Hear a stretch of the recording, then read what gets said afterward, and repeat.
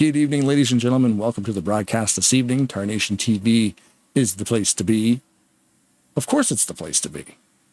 My name's Blaine, and I'm here with Rod. Rod, how you doing today, man? This is race number 9, the final race of the regular season before we start a 3-round playoff for the championship. Oh, I am wonderful. This is going to be a cool race to see. Kind of sort of like last night, we had elimination race, so it's going to be a little harder to play the elimination game tonight. But yeah, we've got a few drivers that are in the top 12 that are going to, make it into the championship, and we got a few on the outside looking in. There's probably about 5 drivers, 6 drivers, that can kind of get in there, and 4 drivers that can probably drop out. So it'll be interesting to see how that plays out tonight. Yeah, and I'm looking at this schedule here now. We have the points up on the screen. I noticed Craig Paglia has actually been parked for tonight's race because he had a couple incidents. I think I only see the one red square, the 77-point race in race 8, and then he has the P signifying he's parked this evening. Not sure why, because I thought you needed to have 2 in a row to be parked. Maybe we can talk to the administrators about that one, why Craig's not allowed on the track, but we've got security, so they'll make sure he doesn't get here. I wonder if there's a double points penalty for the severity of it, maybe. I don't know. I don't know what that means. I'm assuming that the letter P would mean parked, but yeah, I mean, he's only got 1 incident used, and you're allowed to have 2, so it's all the other drivers that had an incident in race 8 are here tonight, are allowed to be here tonight.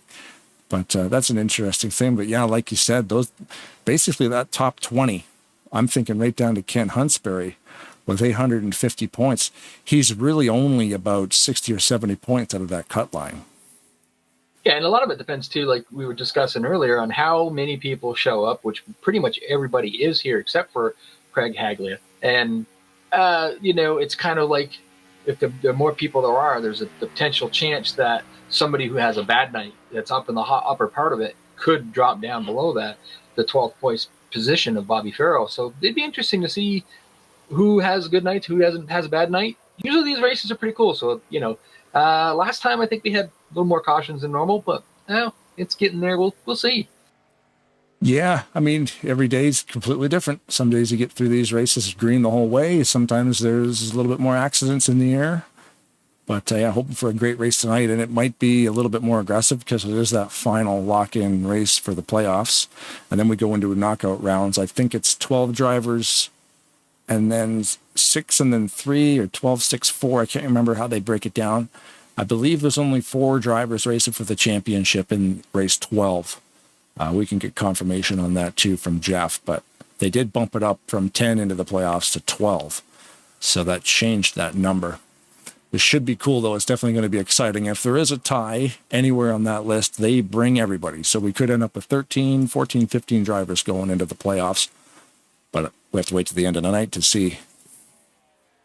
Yeah, and I think, Bobby, your top 4 are definitely probably going to be safe. I think Frank Gibbons, he's in 5th place. Doug Helix in 5th place, I'm sorry. He's safe as well. Frank Gibbons got, I think he's probably safe, but it's close, And then from there down, a bad night, they could be in jeopardy. Yeah.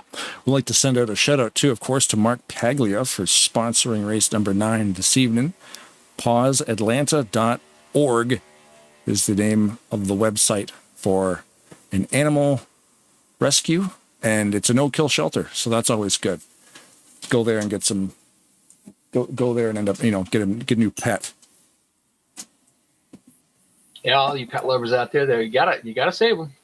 Yeah, and the no-kill shelters are awesome. Our local one here just went to a no-kill shelter because they used to euthanize, and that sucks. Yes, it does. So, yeah, it's cool to support that. So, yeah, that's Marc's cause this evening. So, the PAWS Atlanta 125, that's what the name of this race is. 125 miles is 47 laps. 56. 56, go ahead. Hey, guys, how y'all doing? I heard y'all talking about the breakdown. If you want to know that real quick before these guys start off qualifying, I'm not going to qualify. You want me to give you a rundown how the playoffs work? Yes, sir. Top 12, obviously, in points, make it in. Anybody with a win in the top 15 in points also makes it in. And then as we go in for the first stage race, it's everybody starts fresh out of those drivers. They all start equally points. So the guy that's in 12th or 13th has a chance to win this series. So like we used to do it in season 1, 2, and 3. So that's how my point system works. Incidents will also reset. Anybody not in a chase just gets 1 free pass for the 3 remaining races. The chase drivers will get 2. There's no more earning them, so it keeps the driving clean. So here's a question for you. Top 15 are headed into the playoffs if there's a win. So right now, Robert Breedlove is in 13th, not in the playoffs, but he did win race number 5. So if he can stay in the top 15 after tonight's race, he's going into the championship knockout round. Okay, buddy, fired up here. Remember, yes, you know what? That should be purple. So if you want to make that imaginary purple on the broadcast, that would be awesome. Gotcha. Yeah, you're saying because he has a win and he's not in there, so that makes sense. Top 15 with a win.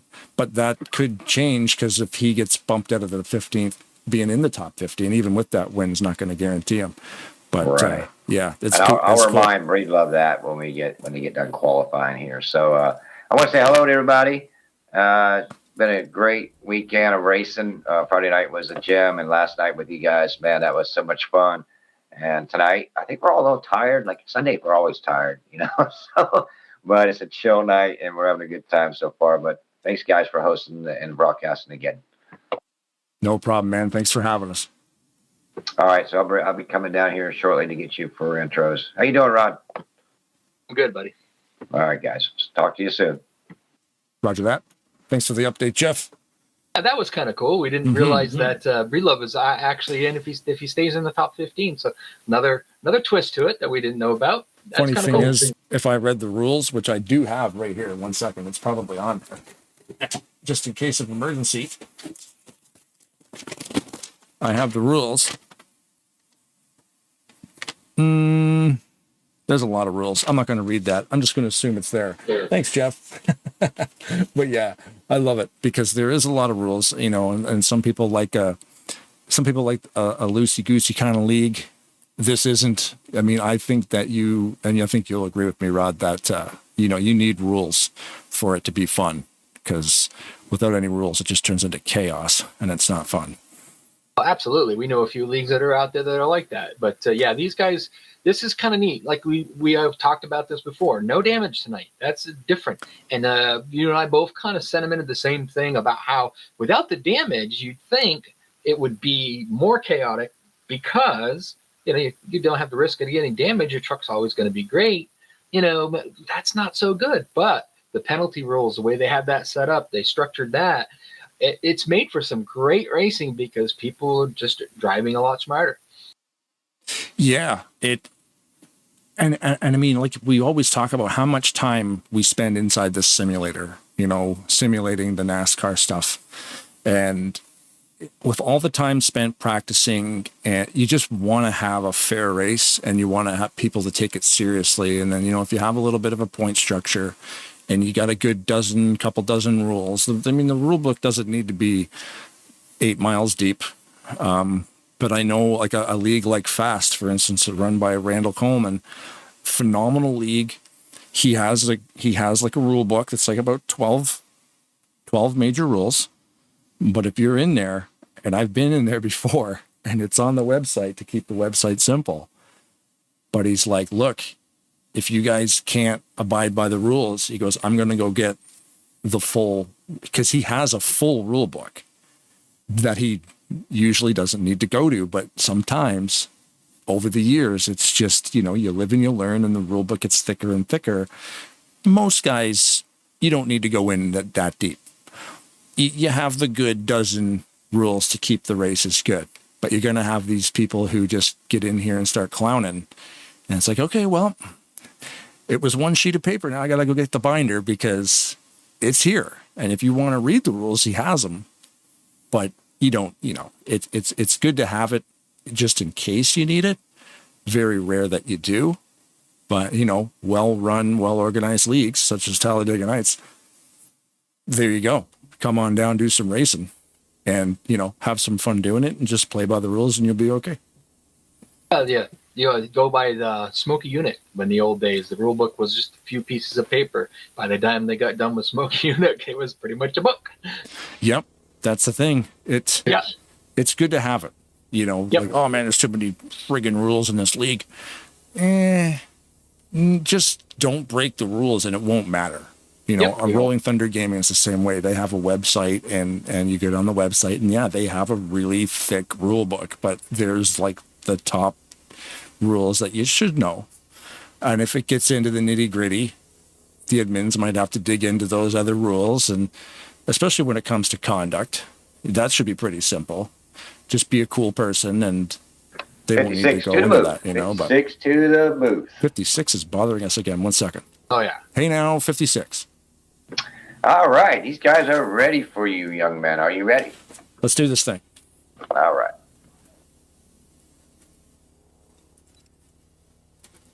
Good evening, guys. How are you tonight? This is going to be great. This is the final race of the regular season here. The iPE Excellence Series Talladega Nights going into the 3-round knockout playoffs. So 12 or more of you are going to make it. So it'll be fun to see what happens. So yeah, thanks to everybody for watching and thanks for everybody for driving. Congratulations to Denny on his win yesterday in the Eliminator event. And we'll hand the microphone over to Josh Slocum because he's got the pole position. Number 2, TRD Toyota. Just want to thank all the admins and everything at Dega Nights. Been doing this 20 years. Best league ever seen run. Started second at 9:31. Robert Breedlove from Lancaster, South Carolina. Thanks for Marc for the sponsorship and Jeffrey and all the admins for all they do. Thanks. Starting third in the number 8, Greg Lovell from Big Stone Gap, Virginia. Thank you guys for what you do, Ken and Jeffrey, and thank you, Frank, for the paint job. Starting in the 4th position in the 63 Hubcap Annie Chevrolet Silverado. Want to say tonight's race is sponsoring about humane lives for animals, to have a humane life, to be loved, cared for, and to not be homeless. And I just stress to anybody that's got extra buck, you see these commercials that make you feel bad. Well, that's if I see one on the side of the road, I feel bad. I ain't got to see a commercial. But you got extra money to donate to the Humane Society or even to private animal shelters where people will open them up just to try to rehome pets. At least they're making an effort, and everybody make a little effort would help out. That's all. Good luck to the race tonight. Starting in 5th, Mike Mangialardi from Federal Way, Washington, driving the 29 Ford Mustang Blackhawk Down car. Thank you, Marc, for sponsoring this great event. And a shout out to my buddies at the Rainier Room watching tonight, and good luck, everybody. Starting in 6th, the number 23 from Plum, Pennsylvania, Doug Hewlick, driving the Tootsie Pop sponsored Toyota Tundra. Shout out to my family, Karen, Nolan, and Bailey. And I always wanted to go to the Rainier Room, but I'm not sure where it's at. Good luck to you. Starting 7th, Harry Bond, somewhere in Virginia. He also was a sponsor of this series, so thank you for doing that, Perry. Don't know what you're driving tonight. I believe it's some type of Mountain Dew truck, maybe not, but I'm sorry. But hey, good luck, everybody. Starting 8th, out of Lewis, Delaware, Greg Palmer driving the 22 Hooters Magnum Chevy Silverado. Thanks, Ken, and all the admins here. And thanks, Marc, for bringing this attention to PAWS of Atlanta. Donate. Good night. Good luck, guys. Starting in the 9th position in the number 12 USAA Bank, we know what it means to serve, is Gary Mingus, the slingshot. And I would like to give a shout out to anyone here who has a heart. You will never replace the love and the loyalty you get from adopting a pet. Give them a home. They'll give you more back. Good luck, everybody. Starting in 10th, Stephen Brandstetter from Ranelette, Oklahoma, driving the 510 Oklahoma State University F-150 painted by Blaine Donovan. I'd like to give a shout out to everybody that's helped us this league. This has been the best league I've ever had anything to do with. Thanks, guys. Starting at 11th in the number 80 Mopar painted by Mr. Frank Divins. Give a shout out to the guy sponsoring the race, Bond, Paglia. Thanks, guys. Starting in 12th, the 388 cross scheme between Dale Jr. and Dale Earnhardt Sr. Painted by Frank Divins. Thanks, Marc and Perry, for sponsoring this. Pets are a blessing to our lives. They, bring joy to us, and they love us, and you can see it in them. So take care of those pets out there, and it's an honor to have those organizations that help with that. Good luck, guys. Starting 13th, driving the 55 Tostitos Silverado, painted by Rodney Sollins out of West Bend, Wisconsin. Ken Roberts. I'd like to say thanks to Marc for his sponsorship of this race, and what a great cause. Good luck, guys. Started 14th from Gainesville, Georgia, driving the 28 Wood Brothers Ford Mustang, Marc Paglia, and then just echoing everything everybody's been saying about our animals. They nurture our souls, so give if you can. Starting 15th, Nate Balser driving the 79 ASPCA Chevy Silverado out of Seattle, Washington. ASPCA is another animal helping agency to give to. And thank you, Marc, for sponsoring this race, and good luck to you guys in the chase. This is for the 6 victims in the Key Bridge collapse last week. Bobby Farrell, Frederica, Delaware, in the number 77. Bama Buggies Baltimore Strong Chevrolet for Spire Motorsports, rolling off 16th. Starting 17th is Graham McDonald and the number 24 from Sarnia, Ontario. Good luck, everybody. Starting 18th from Sun City Center, Florida, originally from Maryland, driving the 09 Napa Auto Parts truck, Frank Divins. Good luck to everyone tonight. Please donate to the PAWS and Baltimore Strong. Starting 19th, Garland Oaks from Martinsville, Virginia, driving a number 67 Diet Dr. Pepper truck. Starting 20th, Javier Negron from Bridgeport, Connecticut, driving the number 4 Sundrop. Thanks, Jeff, Ken, and Marc for the sponsor. Starting in place number 21, Tom Dixon, the number 45 Chevrolet Batman car from Byron, Georgia. Thanks, Marc, for your sponsorship with this. It means a lot, and help these pets, guys, if we can. Thank you for Tracy and everybody watching on Tarnation. Thank you. Go ahead, Brian. Heath, Texas. You got a copy? Yes, sir. Brian Rawson, number 6, Heath, Texas. Thanks, Marc, for the sponsorship. Jeff for the league and all the admins, Kens, and everybody. I want to thank Rodney for painting all my cars, trucks, dune buggies, whatever you want to call them. Everybody, good luck.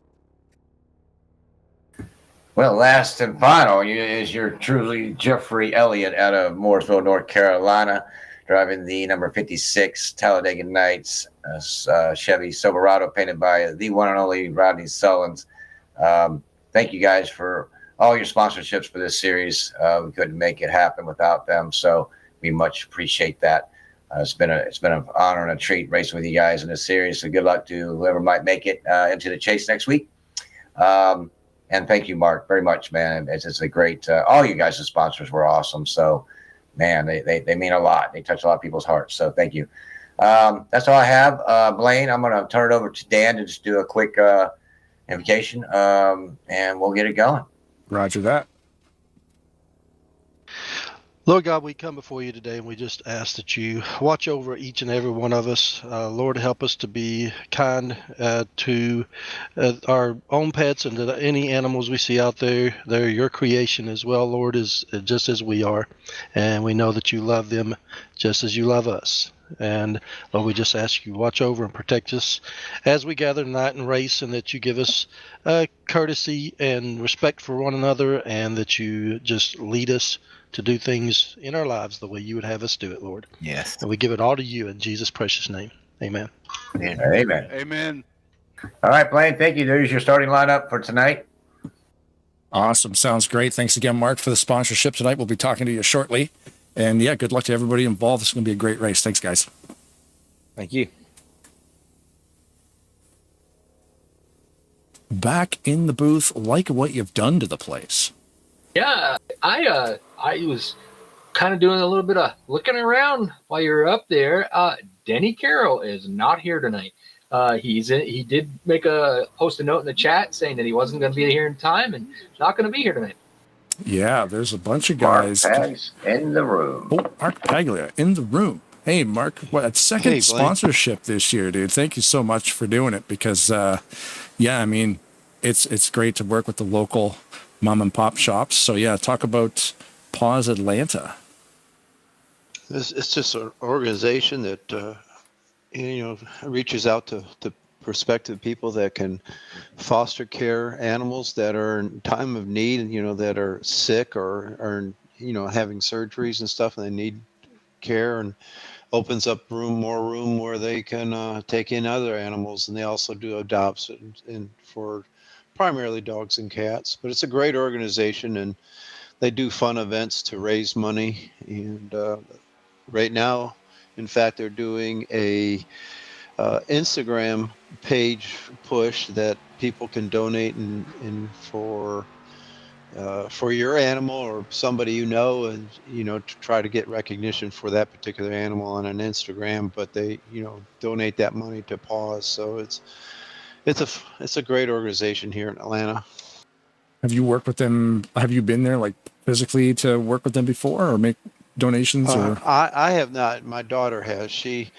She has rescued a racing greyhound. I don't know if you know the history of racing greyhounds. Usually when they're done the peak of their life of racing, they just put them out to pasture somewhere and let them kind of fend for themselves and don't really have much quality of life after their racing career. So my daughter hooked up with this organization and adopted a racing greyhound, and we're trying to get more people to do things like that. I think, if I'm not mistaken, they've stopped racing greyhounds now because of the animal abuse. But that's a shame, man. People they use these things to make money, and then they just don't care when they stop winning. They just get rid of them. It's like it boggles my mind.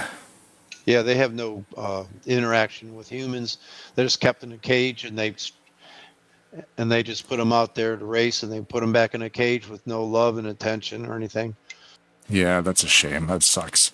And it's animals just, yeah, I mean, everybody here that has pets knows what we're talking about too. Like, you got your dog laying on the couch upside down just because they're comfortable, right? And then to see other stuff like of neglect is just horrible. But I can't sleep unless my dog's right next to me sleeping. So yeah, I'm pretty much the same way. It's like, where's the dog? And she's never far because she's always there. But yeah, and then we've got a bunch of cats and a bunny rabbit, and the wife and I used to volunteer up at a farm sanctuary before, when it was public. Now it's more of just a private thing, so they don't really have too many volunteers required anymore, which is kind of a shame because we love going out and hanging out in the barnyard with, 900-pound pigs or, 15-pound guinea hen, and they all have their own personality. It's super cool. Yep. It's always easy and fun when you get there. It's really tough when you have to leave.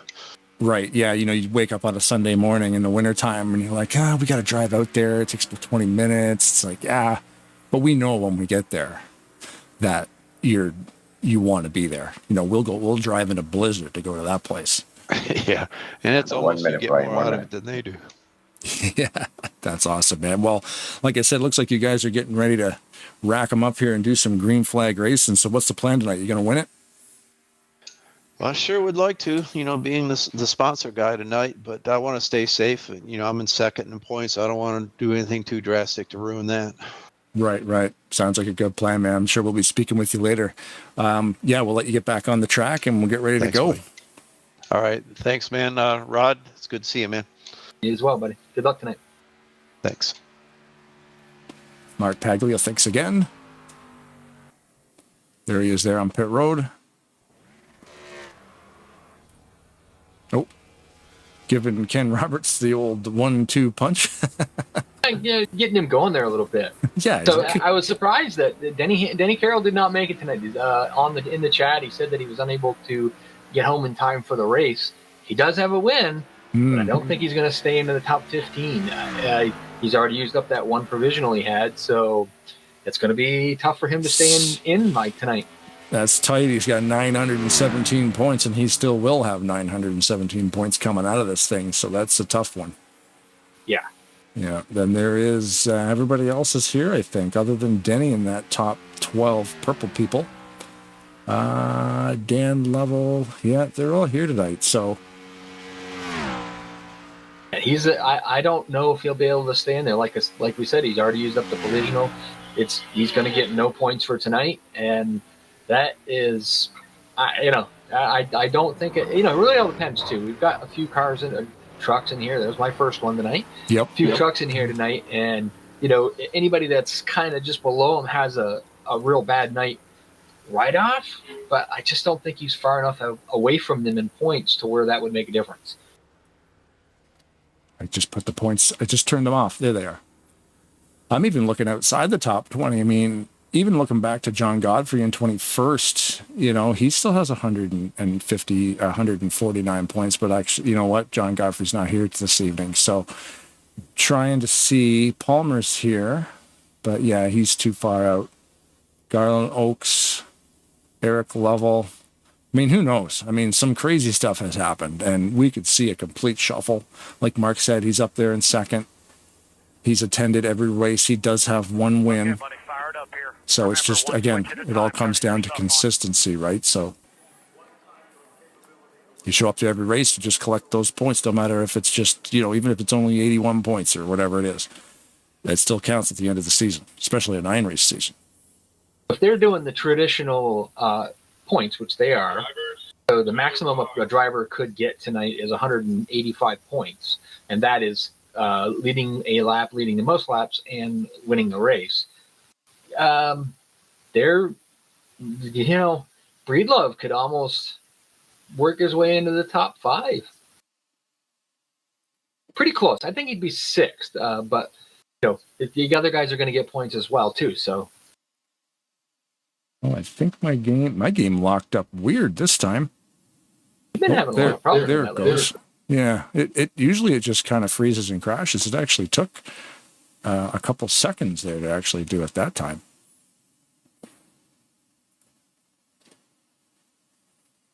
All right. Well, same thing happened last night. I wonder what it is. It's right off the start. And it did it last night as well in the Eliminator race. But we will get it going again. Jeffrey Elliott, he's starting way there in the back. He did not qualify tonight. I don't know if he's got a plan. He's pretty safe in the points, but not secure. Jeffrey, I think you'll probably see him. Yeah. I think you'll probably see him just try to do his best to just stay out of trouble and get the best finish he can. Greg Lovell and Marc Paglia, they're safe. Even Dan Lovell, I think, is pretty safe. Ken Roberts.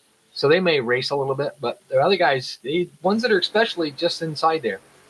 Yeah, you wonder when somebody's safe if they're going to be a little bit more risky because, like they're here. They're going to get points if it's, what's the plan, All right, we are live, and there we go.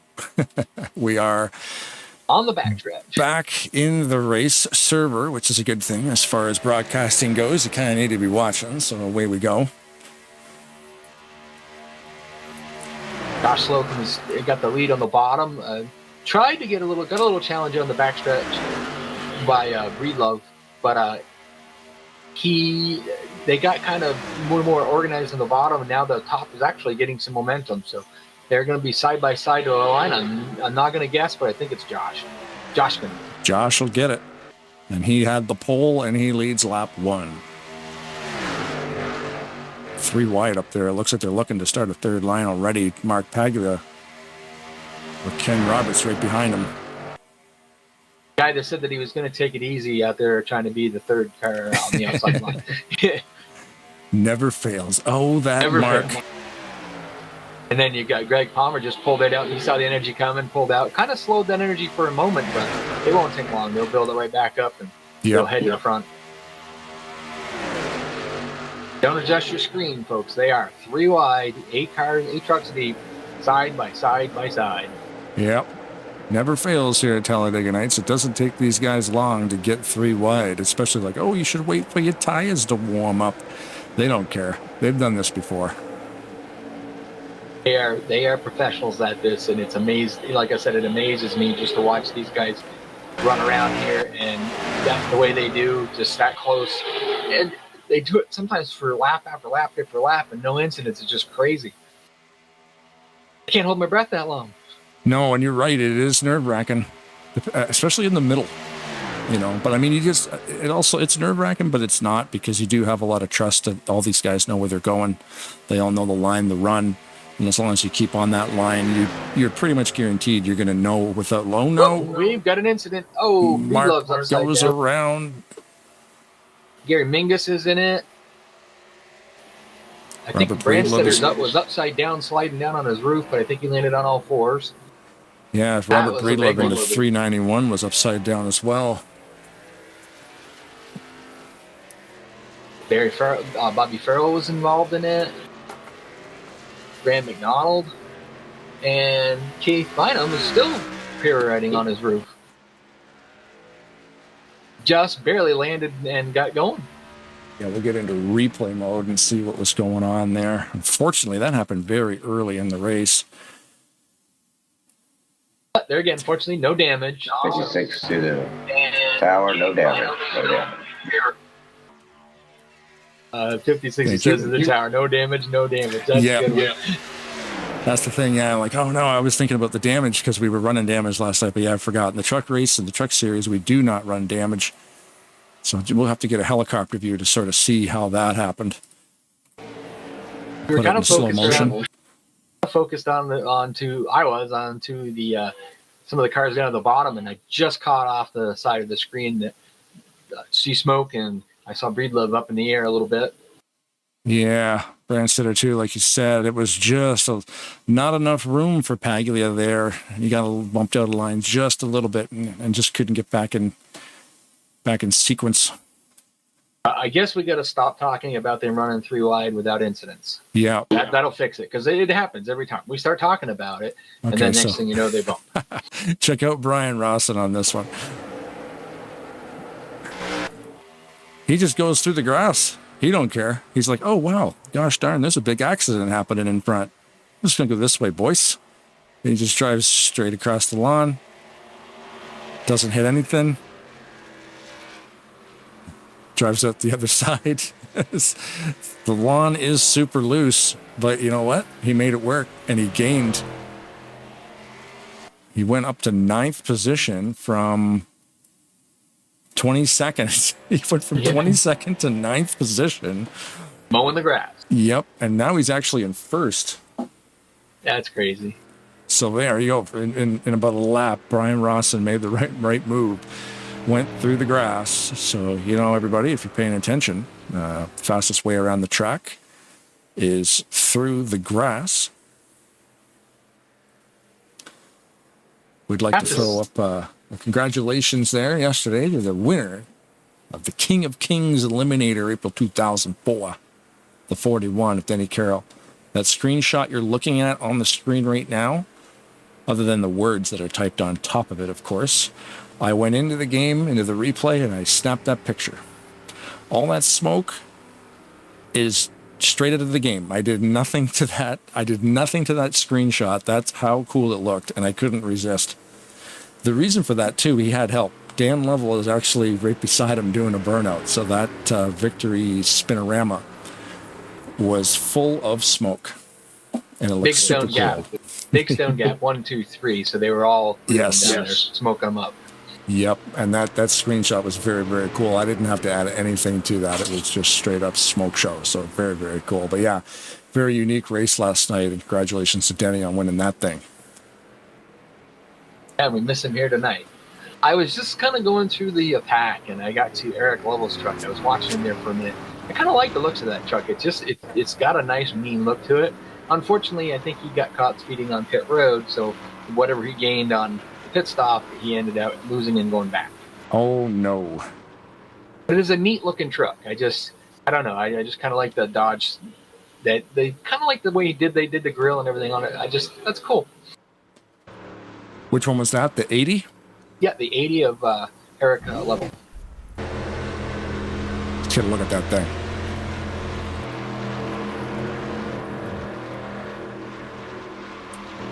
Oh, yeah, that is cool. Mopar. Yeah, I just think it looks neat. That's probably a Frank Divens special. Did a very good job with that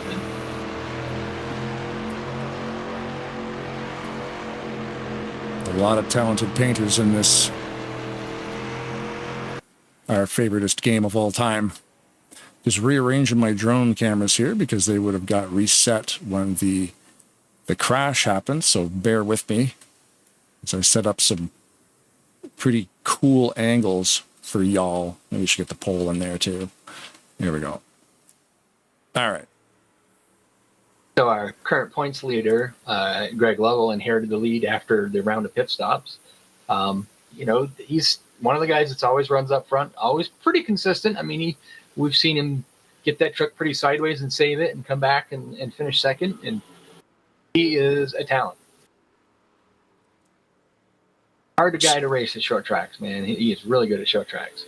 So this is strange. I'm missing a couple of trucks. I went into the download to download new trucks, and I didn't see any in there for this evening. I am missing Dan Lovell, and it looked like I was missing, who's the other one? Bobby Farrell, unfortunately, even though that truck almost kind of matches his normal sponsor, the Bama Buggies, the black and the red and the silver. That threw me for a loop for a second. I can tell by the number font that I'm missing that. But again, shout out to Frank Divens for creating some awesome generics. So when this does happen, they're hard to spot because it looks so good, but the number font on the door is a dead giveaway. It's just an Arial bold. And I hate it. And here we go again. But Dan Lovell was talking about his tribute truck for tonight, and I just caught a glimpse of that thing. That is a sharp-looking rig. Okay, so what are you seeing? Because I got the Amp Energy black and green. Yeah, he's got the Amp Energy on the left rear quarter panel. The left front quarter panel is the old Goodwrench Chevrolet. He's got Mountain Dew on the left rear. Is that not a? No, I think that's a Frank paint job. I think that's a Frank generic because the numbers don't look right. Kind of cool looking though. Yeah, they look great. But some of the painters in here do phenomenal work. Yeah, like I said, even when the generics are on there, I don't have that car file, and it still looks good. So thanks to Frank for doing the generics. I wonder why I don't though. That's weird. I checked that before and I didn't get it, so something got twisted. I do have like 80 gigabytes of content in my NASCAR Racing 2003 folder, so. I haven't checked that, but I do know racing 3 to 4 different leagues. They all race different tracks. Mods. I wouldn't even begin. I couldn't begin to even remotely think of how big my NASCAR folder is. Which mods do you have installed? So I have the ICR. I have obviously the CWS 15, which is what we're racing now. Monster Energy 2019. Of course, the original Cup mod. The 09 trucks, I think. I got the Crates on Dirt. What else do I have in there? Cup 90. Aero 88. Should put the open wheel one back in there. I got to get a Trans Am one back in there with the 7-speed transmission. I'll tell mine a little bit on the next caution because we're getting ready to go green. It's a long list. Number 8 of Greg Lovell leading the pack to the green flag here, restarting at the end of lap 7, at the beginning of lap 8. However you want to say it, there it is. Of course, Doug Hillick on the outside of the Tootsie Pop truck. And we are green.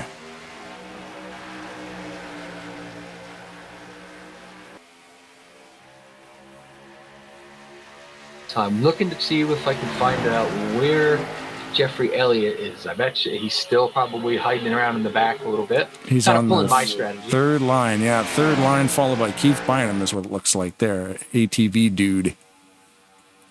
ATV dude, yeah.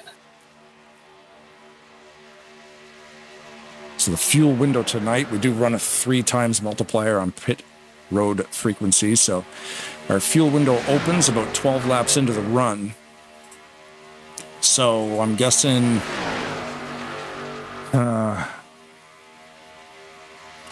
around lap 18 maybe, if we go green.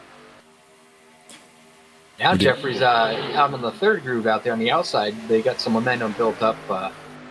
Doug Hillick pulled up in front of him, saw the energy coming, decided to ride that train. And they're actually working this. They're gaining quite a bit on that third groove. Yeah, and he bailed on Brandstetter and Javier Negron there, but he actually might hook up with them again if those guys decide to go high. Now, when he pulled out, Barry Bond just kind of lost a little bit of that. He didn't lose the draft per se, but he lost a little momentum there, and that kind of slowed him down for a little bit. Yeah, they did let Perry up there though. Perry just was given a hole there to move to the high side. That's Gary Mingus that let him in. Javier and Breedlove, sorry. They were Instetter and then Garland Oaks and the inside line. They're not tight enough. Everybody else is kind of running a little bit tighter situation. I think you're going to see them guys fall back unless they get some help. Wondering if that top line, there it is. I was just going to say it. That top line up front cleared Negron, and all 3 of them just moved down in front. That kind of hanging Perry Bond out there on the outside. Yep. So when that happens to you, you know how you fix that problem. You just go right up and pass them. That's also an option. Yep. As long as you have help. That third line, you do need help. He does have help up there, but oh yeah, strength in numbers. If you keep looking at it, the guys that are going to go better are the guys that are running a tighter line. They're not pulling out. They're staying right close to each other. The ones that can actually get maybe a little bit of contact on the straightaways, they just give them a little nudge and get them going. I see Dan Level pulled up out in front of Doug Hillick there to try to see if he can use that to go out and lead a lap. In the middle, looking for somewhere to go with a 388. Oh, yeah, they left him out to dry. He went up to try to go with them, and he got hung out. He got hung out last night, too. But still finished third, but he got hung out the last lap. I don't know if it's his nephew. I believe it's his nephew, Eric. Yep. Yeah, Eric is Greg's son. And then they're all brothers and cousins from there on out. And there's a lot of the Big Stone Gap Racing is all levels except for Denny Carroll. But Carroll is still family. Look at this. A lot of 3-wide racing tonight. Holy moly. It just doesn't stop. I'm not saying it. No. This is a good one. Unfortunately, camshaft failure to the number 24 truck of Graham McDonald. Oh, that's going to kill his hopes tonight. Yeah. He was in the top 12. Graham McDonald was in 9th with 932 points. Fortunately, it's a shortened field today, so that's a bonus. He can't get any lower than 23rd finish. But he's going to have some of the guys that are just below him. Yeah. And I hate to wish anybody bad luck, but they cannot be out there and go out and win the race or finish in the top 5, 10, maybe. It's depending on how it works out. He could still be in, but it's going to be a tough one. And that's the thing with like a full field of 40 cars. If you're last, you're only getting like 30 points. But if you're last in a 23-car race, you're getting way more than that. I don't know the exact number on a 23rd place finish, but at least the points are greater tonight because it is a shorter field. So I believe, I don't remember exactly how it works, but I know it's 170 for a win, and I believe it drops 5 points for a little while. Then I think at some point it drops down to like 3 points, and then eventually it gets down to one point. So not that you get that, you get the 170 points, but the next guy down gets 165, and when you get to a certain point, it starts dropping by 3, and then it eventually gets down to where it's only a 1 point difference. So yeah, because it is possible to come out of a race with 185 points if you lead the most laps, and of course lead the last lap to win. So you get the win, you get the lap led, and then you get the most laps led is the big one. You can get 185 points out of a race. Usually I think it's 180, right? Because it's 175 for a win, and then you get 5 bonus points for leading the lap. 5 bonus points for leading the lap, which of course, if you're winning the race, you're leading the last one. absolutely. So we're looking, I'm thinking by my math, somewhere around lap 18 under green flag conditions, we're looking at a fuel window to open up. With Doug Hulick leading this pack, he Ken seems Roberts, to like that yellow line and has been down there the entire time. So Ken Roberts, Jeffrey Elliott, and Keith Bynum, Harry Bond, Steven Benstetter, and Javier Negron are trying to make that high side work. They're running pretty tight. They can just keep that going, keep that momentum going. But sure as they get anywhere near the front, somebody from the front will probably pull up and take that energy with them from them. But nobody has that so far, so they're actually making their way up through there. I'm worried about, too, being on that high line coming into a fuel window. You don't want to get trapped out there. Think about within 3 laps, maybe? Yeah, usually we see like a 3 or 4 lap cycle if it's under green, because Tom Dixon, he's always fine at frog hair. He's out here, so he might pit early. He always likes to go a lap or 2 early to stay out of the madness. But Bob Dixon isn't here with him, so I don't know if he's going to have a partner. You don't really want to pit alone on a super speedway. I'm sure they're in there making deals. Mm-hmm. Crew chiefs are talking back and forth. Hey, you come down with us, we'll come out together. And it's the key thing is you can't really do it alone. I can't say that you can't. It really depends on how your pit stop. You go ahead and have a really great pit stop. You might be okay, but you've got to come out and get going quicker. And you're going to do that when you've got more 3-4 trucks that are going to be able to get that speed up a little bit more quicker than one truck by itself. Right, unless you get in there by yourself and there's a yellow and you're nowhere near the accident, you get your tires before everybody else does and you get that track position back because you don't need to go down pit road. Or maybe you do. Maybe you like being at the back, run the 3 laps and top it up a little bit. Sometimes that's a way of leading a lap. Is if you get in pit road if you're one of those drivers that can really get into pit road really, really good, and everybody else is pitted, and you're like the last truck to pit, and you get out in front of everybody, you're going to hit that start-finish line before the rest of the pack comes around. Now, chances are good you're not going to hold it for very long, but you're going to get that lap led on the exit of pit road. Right. Yep, you're right. Yeah, you might not get it, but like you said, when you're going for the points, oh no, Doug Hulick just disappeared. Oh, wow. Oh, he is jumping all over the place. Yeah. That kind of bottled up the field a little bit. Fortunately, nobody crashed. I was locked on to him because he's leading the race. He disappeared for a good 3 seconds before he came back, and the connection stabilized. It was weird watching it stabilize because it was shaky and then a little less shaky and then right back to normal again. So somebody in that house just, started the microwave up or something and messed up the Wi-Fi. Right there. It was. That the outside line lost all their momentum because he literally was using up the whole track. Mm-hmm. It had to lift. It kind of bumped into, and we got trucks down on pit road. One around though. Garland Oaks is around on going into pit road there. Very bad as well. I don't know if he braked and lost the back of it. I missed out on that. Let me see if I can find out. There will not be yellow on the course because they were off the racing surface. That definitely will be a huge hit, though, on track position now because we are under green flag conditions, and spinning out going into the pits is not good.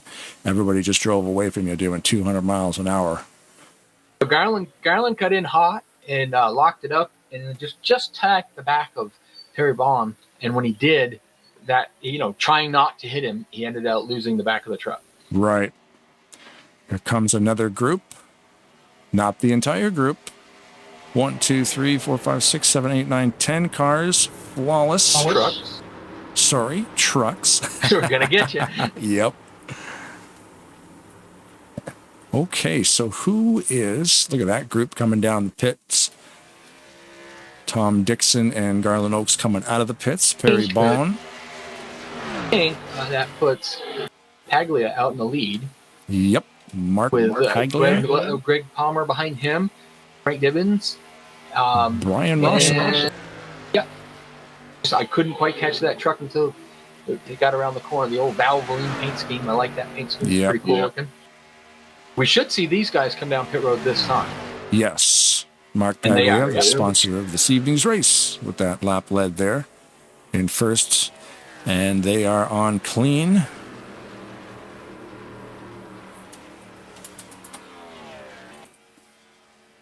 There's So now Tom the Dixon. trick is to find out who is going to end up with it. Yeah, we know that Garland and Perry Bond are probably going to be off pace because they got tangled up coming in for a couple seconds, and a couple seconds on a track this fast, that is a long time. So I think it's Balzer and Bynum were coming up on Greg Lovell, Dan Lovell, sorry, and they were coming with a head of steam. Okay, so they hadn't pitted yet, or maybe They've already pitted. Why are they? They must have got a penalty or something. Keith Bynum is showing a black flag from the. Okay. Oh yeah. Yeah, the 63 He probably truck. got caught speeding down pit road. Yeah. We'll see him probably just do a drive-through under green. I think it's a drive-through. Him and Greg Lovell had a drive-through penalty. No, actually, Greg stopped. Oh, Greg stopped. So Yeah. The leader of the race, it's showing... Is it still Marc? Marc Paglia is the leader still. Here comes the pack.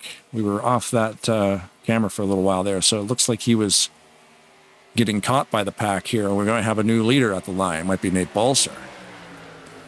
But they did well. They came out. They weren't quite up to speed yet. So Balzer. I'm trying to see here. Dan Lovell, Doug Hewlett. Them guys had a lot more head of steam coming. But those three drivers, Mark, Greg, and is it Brian in the sixth? Brian Rawson in the sixth. Yeah, Brian in the sixth. Yeah, they had a great pit stop because they didn't lose much time. He seems to be the sleeper. We've talked about him a couple times. How he got through that wreck initially at the start, the big accident. He just drove through the grass. And Brian Rawson, there he is now running in seventh in that lead pack. Two Valvoline trucks following each other. It looks like. Oh, no, that's the Bills. Sorry, Josh. From that one camera angle, they look very similar, but Buffalo Bills. So, a little different than well, of course, it'll change in the next pit stop as well. But we still have about 10, 12 trucks there that are still together, in a good draft. So with a few other trucks behind them. So Ken Roberts is just behind, little ways back. He's catching them now. So they'll get that. They'll get caught up with them. And that's, let's see, 8. Yeah, there's about 13 trucks. And who was that you were talking about? Ken Roberts. They were just behind this pack, but he is caught. He had enough momentum. He's caught them. He's got so much momentum. He's going to the low line. Garland Oaks behind him, but Garland Oaks is a lap down. So Garland is going to try his best to just stay with this pack and hope that if a caution should come out, he's not involved in it, and he'll be able to get the lucky dog.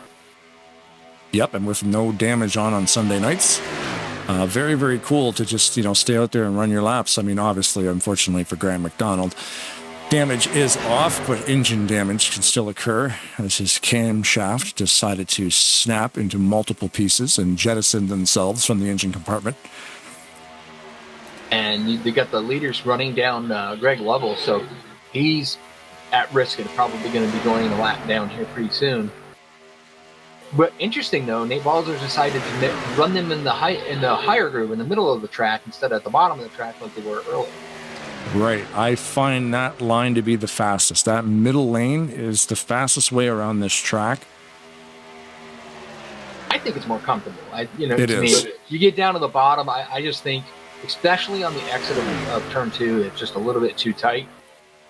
If you're not aiming high out of turn 2, looking down that straightaway, I know it sounds weird, but I really do have to look from coming out of turn 2. I need to look down the back straightaway to make sure my exit is good. Otherwise, I wash up. It didn't take them long. They were in a straight line, and then the line formed on the bottom, and a lot of the drivers dropped down and decided to take advantage of that.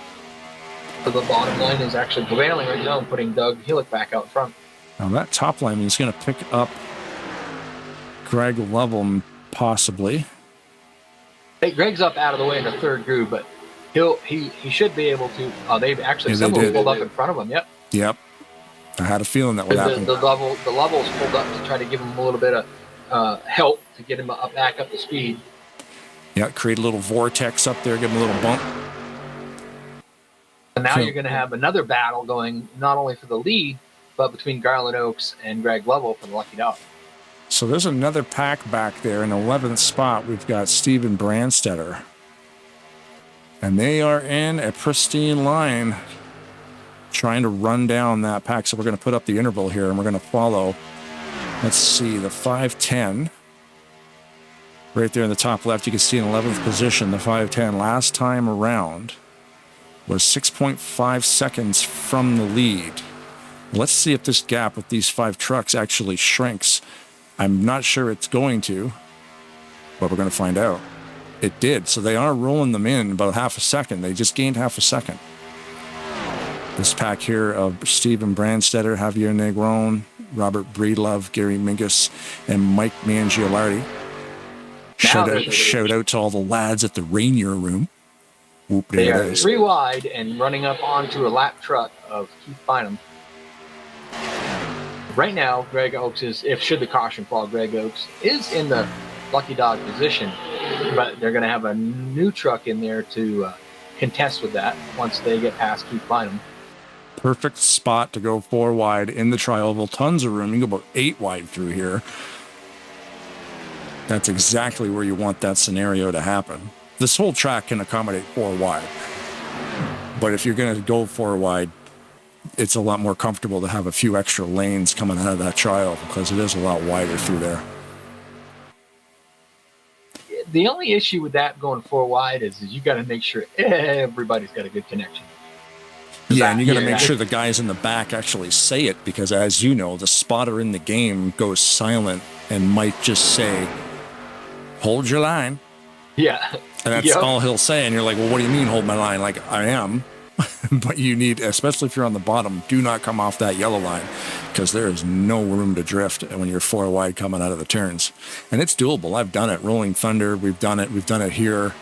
All these leagues that run Talladega pretty regular. It's a lot of fun because this track is definitely a beast in itself. Your spotter will say inside, your spotter will outside. You'll say 3 wide in the bottom, 3 wide on the outside, or 3 wide, you're in the middle. They don't say nothing about 4 wide. Nope. That's why you got to rely on the guys at the back of the pack to say it. I don't think when they invented this game that they thought, or the simulator, that they were going to have trucks run or cars running 4 wide. So the gap actually decreased a little bit from the 5:10, leading that second pack of 5 trucks. They are staying in the line. They kind of got out of that 3 wide and down to more of a 2 wide when they got up around Keith Bynum. It's just they didn't have the room really to do that. So they that's picked up their speed a little bit more. 6:04 to 6:11, so it didn't really change. And then there's another pack back there led by Perry, 18.5. to 19. So yeah, same thing. They're losing speed, or not speed, but they're losing distance. It's hard to catch a main pack full of about a dozen trucks. And they're running 2x2. Yes, that does make them a little bit slower, but if you've got guys that are running really tight formation, like the guys that you were talking about there in the back, if they're, that with Brandstetter, it's 510. 510 is Steven Brandstetter. Yeah. Okay, I did have it right. Sorry about that. They're running it looks like they're running a really good, nice, tight line. As long as the guys up in the front, even if they're running 2x2 or running a pretty decent tight line, it's still going to make it hard for them to run them down. So when was the last time we pitted? Because we are definitely been running green for a while. We will be getting close to another fuel window opening up here soon. It was around lap 18-ish.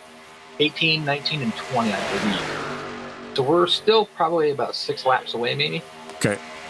And it depends on when they feel comfortable and want to pit, because you got one truck that just peeled off and went down pit road. Nate Bolser heading to the pits. Nate has pitted twice already and led 4 laps, so that'll be pit stop number 3 for Nate. So that is a scheduled one, going a little bit early. Looks like Javier Negron is coming out of there as well. Currently 3 trucks a lap down: Garland Oaks, Greg Lovell, and Keith Bynum. And they are they're pitting now because they can make it from here. It may not be the right strategy unless if they come out by themselves, because they're going to lose so much time. That's a good point, though. When you know your pit window opens to make it to the checkers, we got a lot more trucks coming down it's now. It's a good plan to get in Yep. as early as possible. It's a gold rush now because they can make it from here. Nice. And so that's an advantage for, was it Javier and Nate Balzer? Because they didn't run that much longer than them. I wouldn't say it's an advantage. That coming out by themselves is still a disadvantage. But because they didn't go that much more, they might not be hurt as bad. A little bit more time on the track, too, to get that speed back. Yep. But they do have to get hooked up themselves up into a good draft, because if they don't, then, when them guys get out there in a big group, there's nothing they can do about it. Right. There's the lead pack here now. Sorry about that. Trying to find the lead pack, because probably some of these guys are coming down. Looks like most of them are. Looks like Greg stayed out. And as of right now, Brandstetter is your lucky dog. Should the caution fall right now.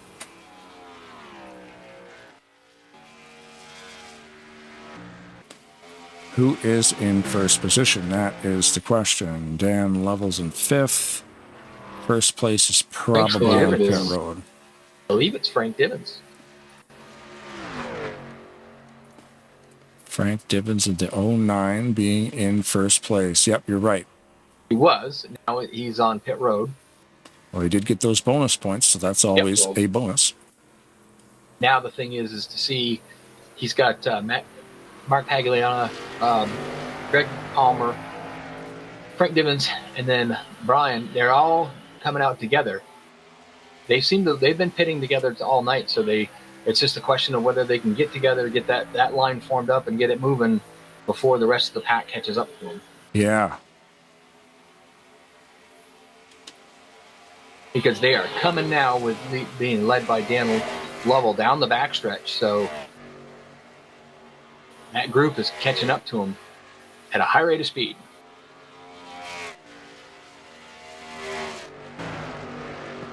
They are definitely. Oh, we're having trouble with Doug again. He seems to be wishy-washy back and forth again, but it has stabilized. At least, talking about coming down here with speed. This pack of trucks.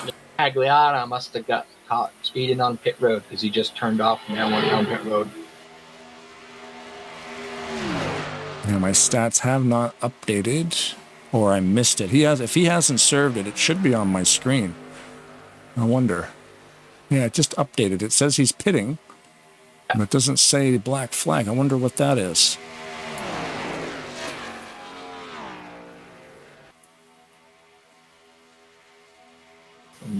Dan Lovell inherits the lead. I'll make a note of that. Eric Lovell behind him. Ken Roberts. Doug Hillick's back there. in fourth. Greg Palmer, Frank Divens, and the sixth of Brian Roslin is they had a good pit stop. They came right out. They didn't lose any time, so they're right behind them guys. With about I'd say almost 11 laps to go. Yep. 11 laps to go. Just like to say thank you to everybody in the YouTube chat for interacting with the race. Craig Hagley, of course, calling out that Tarnation TV jinx. That was a while back when we were, of course, caused an accident just by talking about it. Yeah, that's why we stopped talking about 3-wide. How well they do 3-wide. Brian Lovell says hello. Denny's not the king, he's the queen. He won the King of Kings Eliminator, but he's not the king, he's the queen. It's all from the YouTube chat, Denny. Don't shoot the messenger. Yeah. Brian Lovell says he sucks. They like to jab each other. It's fun listening to them sometimes on TeamSpeak. Danny is Eric's cousin, so there's confirmation on that. Me and Greg are brothers, so Brian and Greg are brothers. Eric is Greg's son. And then Eric's cousin is Danny. Okay. But yeah, thanks everybody watching the YouTube chat. Sometimes we get so caught up in the race we forget to respond to some of that stuff. But yeah, we love it. So numbers are a little bit lower this evening because obviously the weather is nice outside. So I see views on the broadcast a little bit lower and numbers of drivers in the race is a little bit lower. We did have a bet before the race of how many guys would be connecting. And I can't find my list. I did write it down. I said there'd be 26. You said 26. I said 22. Yeah. And Jeff said 16. Jeff said 16. Jeff always lowballs it, so it's easy to beat him in an over-under. So yeah, you won that one because you said 22. You're the closest. Yeah, see that? Yep. Man knows what he's talking about. Hey, if you can't be conceited, be convinced, right? Right. Make sure to tune in on Saturday. Massive race here on the channel. The Elmo 200 at Talladega Superspeedway will be hosted by RollingThunderGaming.com, lending the facilities for that. And, of course, Tarnation TV and cahoots with myself, Blaine, Rod Weston, and, of course, Seth Cole from Flatout Racing Network lending his voice to the broadcast as well. Oh, that's cool. I didn't realize we're going to have Seth with us. That's awesome. Yep. It'll basically be you and Seth calling the race. I'll kind of take a third wheel just to kind of run the broadcast, make sure everything's working. That'll be cool. And all funds generated by this thing, and there's a lot of money already. And it's all going directly to the ALS Association. So in memory of Joey St. Amant in cahoots with the ALS Association, going to be a lot of fun. A lot of people involved in this one. And all thanks to Kelly Causey, the 00 of the Buckshot, putting this entire thing together for his fallen bro, Elmo. And of course, the day after that, next Sunday, the playoffs start right here at 7 p.m. Kelly Causey and Greg Palmer are sponsoring race number 10 of this series. So join us again for the Truck Series next Sunday, 7 p.m. Eastern Standard Time. Due to that, the pit stops and everything. Now the first truck one lap down is Garland Oaks, but I think we're beyond. I don't know if did they still give lucky dogs with less than 10. Should they caution fall? Yeah, I think so. Okay, but he's the only one that is the first one that is a lap down. Yeah, the caution would always yield the lucky dog if they go green again. And we are now within 10, so if a yellow should come out, we will continue to race back to the line to lock that flag in. Just like the old days. It's all about safety up until the last 10 laps, that it's just go. So we will stay. 6 laps to go. Now these guys up front, they're all in one big line. Yep. So who do you think's gonna? Where's the guy who's gonna pop out and start going for it? You know, Eric's probably gonna stay right behind Dan. I'm thinking it's Stone Gap Racing. You know. Yeah. So, I wonder if it starts at Doug, and if Greg, Frank, and Brian want to follow him, that turns that highline into a 4-truck lane. And you're going to get the numbers. They got to get tighter. There's too much space between all these guys right now. They can't do that the way that they're spaced out right now. Greg, Frank, and Brian have all been running together. They did have Marc Paglia with them, and fortunately he had to pit, and he's no longer on the lead. I don't. He's right He's at the edge of the lead lap. Yeah, he is 31 seconds off the pace last time around. It's about a 45-second lap, I think, 48-second lap. Yeah, so he's 5 laps to go, depending on. He does have some drafting help, but no, you know, I don't know. They may not catch him, so he may still stay on the lead lap, but Right. he's a ways back. And as far as the rest of the pack, like we're looking at the top 7 right now in this front pack. There's another pack. Kind of Nate Balser and Josh Slocum are hanging out back there. Now With I'm just kind 4 of trucks involved. kind of looking at the points here, trying to figure out. Dan level's in pretty good. See, but Greg's out, but he's in first, so it doesn't matter. Paglia's in Right. second, that won't matter. It's those bottom kind of like 4 or 5 spots, especially with a couple of these guys not making it in this evening. The reason why I'm saying that is Ken Roberts doesn't really have anything to lose, I guess is the best way to put it. So you might see him just stay right there. It depends on how racy they want to get. The guys in front of him, I know Eric's not really in the points. Yeah, I think he Doug's up hasn't there run too. all the races this season. Doug's there. All I don't these know, I'm guys trying are to- pretty much locked in. Trying to formulate, who's going to be the one. Ooh, did Brian Pitching. Level and Eric Level just pitted? Pitching.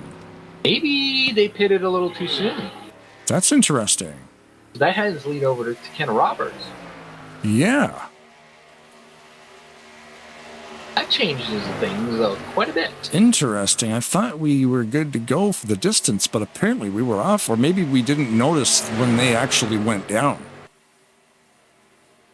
So Garland O's out this, there on the high side trying to get his lap back the hard way. yeah. So Garland Oaks is there, and so is Keith Bynum is also a lap down.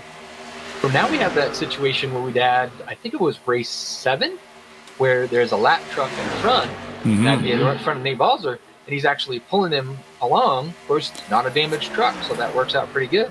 Right. And he just pulled him right past Ken Roberts. So in this pack right here, Garland Oaks, Keith Bynum, Greg Lovell are a lap down. So Nate right there. Hold on a second. Is Nate in first? Nate is in first, but he's surrounded by lap trucks. Oh, Nate's just pulling off the tip. Out of Or no, he gas. pulled down to the bottom. Wait a minute. Nate is out of gas. Really? Trucks are running out of it. We didn't really calculate that quite right then because No. when they pitted, they must have had to have pitted. They couldn't make it. Okay, they're Ken all Roberts coming is in here coming now. Yeah. But Garland Hewlett Oaks, stays Kevin- out. Keith Bynum, all coming in on pit road. Doug Hewlick, Greg Palmer, and Brian Rawson are staying Was the out on the last- track.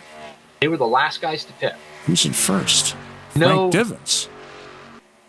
I know that Greg Palmer, Brian Rossum, and Frank Divens were the last guys to pit. Now, whether they can make it or not, I'm not sure.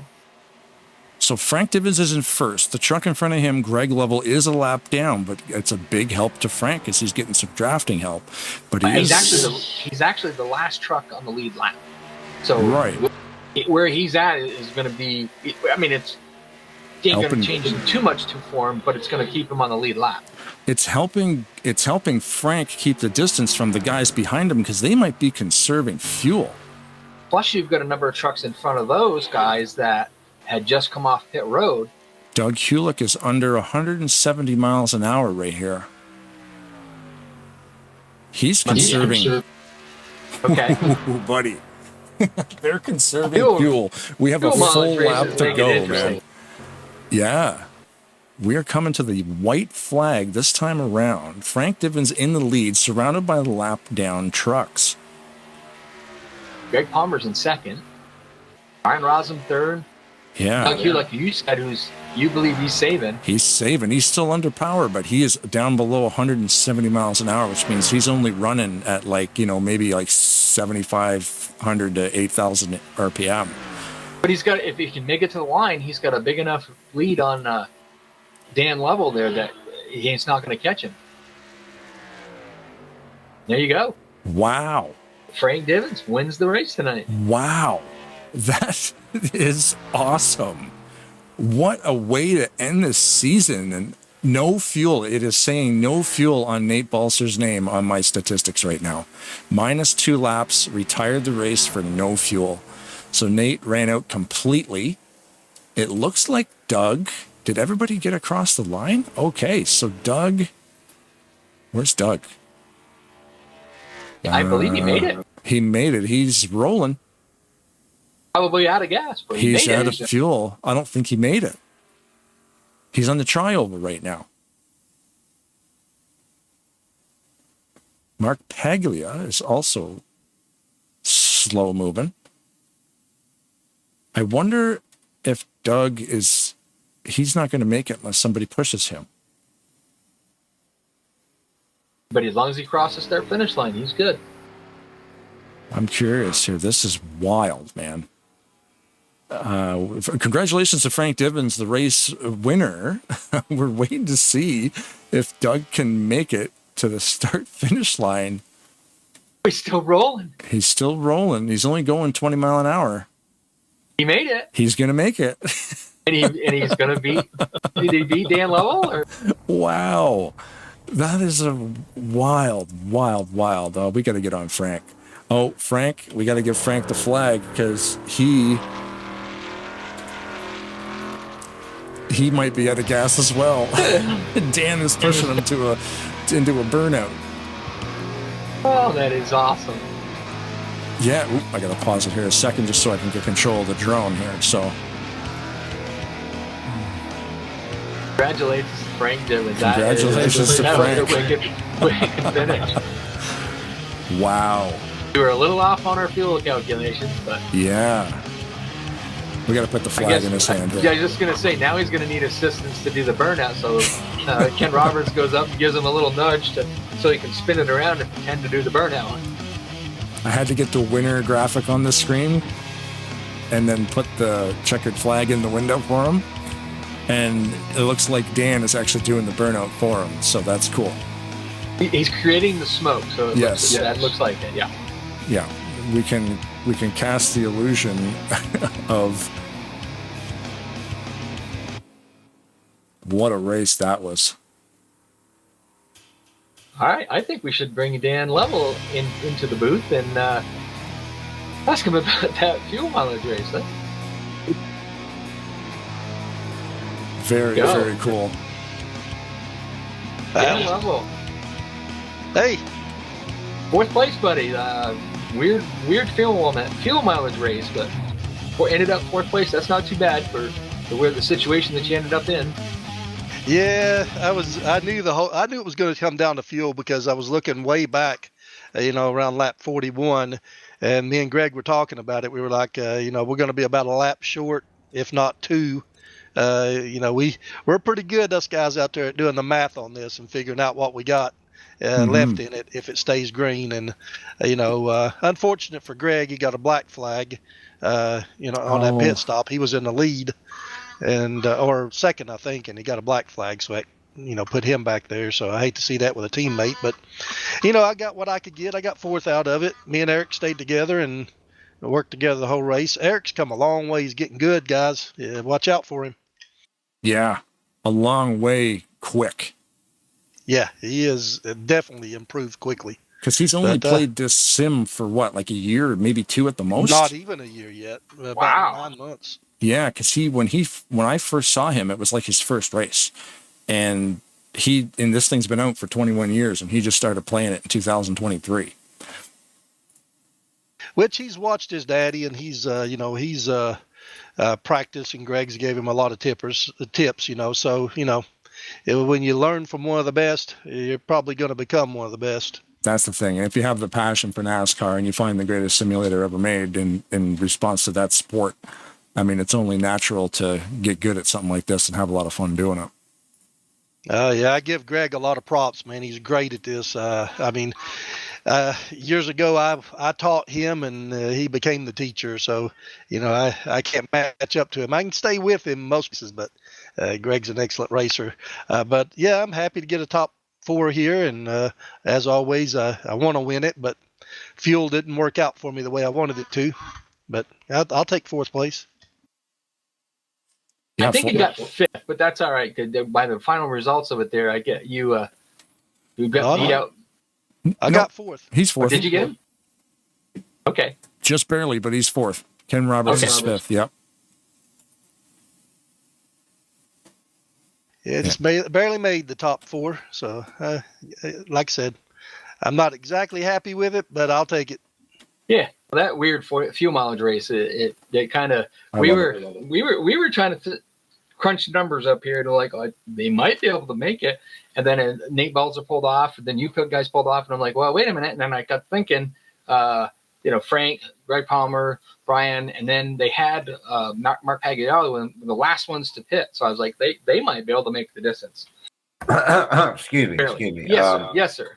I do have a muffin for Dan if he would like to trade 20th spot for 4th. They came from Blaine Donlin. They're the best muffins in the world. Ain't no muffin going to take this 4th spot from me. All right. I figured you might say that. Hey, guys, I don't mean to cut in. I just want to say congratulations on your 4th place there. We do have Gary Mingus silly statistics after your interviews, Blaine and Rod, if you'd like to do. Oh, perfect. Yeah, we'll get to Gary after we're done with Dan, and then we'll hit the podium. Thanks, Jeffrey, for all you do, man. Yeah, man, it's a great weekend. I think we're all tired. Sunday comes around, we're all beat. I'm sure the guys here are beat too. And that race was awesome, though, dude. That was amazing. This race here, one caution. I mean, you start off 5th lap, whatever, but it's 3 wide. Hey, man, but look at one caution. That's it. Kudos to these guys. Thank you, guys. I will catch you next weekend, and just want to let you know Gary was ready. So thanks, Rod. Thanks, Blaine. Good job, Dan. 17 positions. Absolutely. I appreciate you guys, Blaine, Rod, and all you racers. And I just want to give a shout out to my beautiful wife, Bonnie, as always, my family that's watching, and just all you guys that do everything you do to keep this going. All you racers, appreciate you guys. And thanks, Marc and Perry, for putting this on. Good cause. And hope you guys have a good night. I'm out. You as well. Thank you, Dan. Take it easy.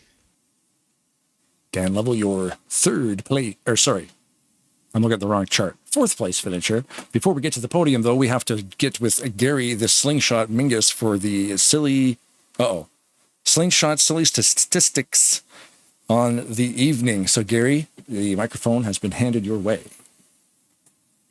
Yeah, and your punishment for doing that is you have to say Slingshot silly statistics 3 times real fast. Slingshot silly statistics. Slingshot silly statistics. Slingshot silly statistics. Oh. I'm glad he made you say that. I love it. I thought about it and I messed it up. Left shoe, remove tongue. Okay, the fastest drivers of the night, an honorable mention was Steve Brandstetter, did a 48.107 seconds, 199.057 miles per hour on lap 13.